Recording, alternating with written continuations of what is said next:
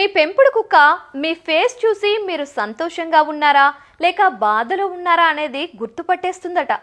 కుక్కలు ఇలా face expressions ను అర్థం చేసుకోవడమే కాదు, వాటి మధ్య తేడాలను కూడా గుర్తిస్తాయని ఇటీవలి పరిశోధనల్లో తేలింది. వియన్నా యూనివర్సిటీ శాస్త్రవేత్తలు 14 పెంపుడు కుక్కలపై ఈ పరిశోధన జరిపారు. ఈ పరిశోధనలపై మరిన్ని ఆసక్తికర విషయాలు ఇప్పుడు చూద్దాం.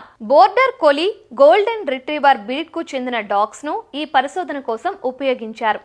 ఎఫ్ఎంఆర్ఐ బ్రెయిన్ స్కాన్ సాయంతో ఈ రీసెర్చ్ ను పూర్తి చేశారు. సంతోషం, బాధ, కోపం, భయం ఇలా ఎమోషన్స్ ఉన్న మనుషుల ఫోటోలను చూపించినప్పుడు కుక్కల మెదడులో వేర్వేరు యాక్టివిటీ ప్యాటర్న్స్ కనిపించాయి.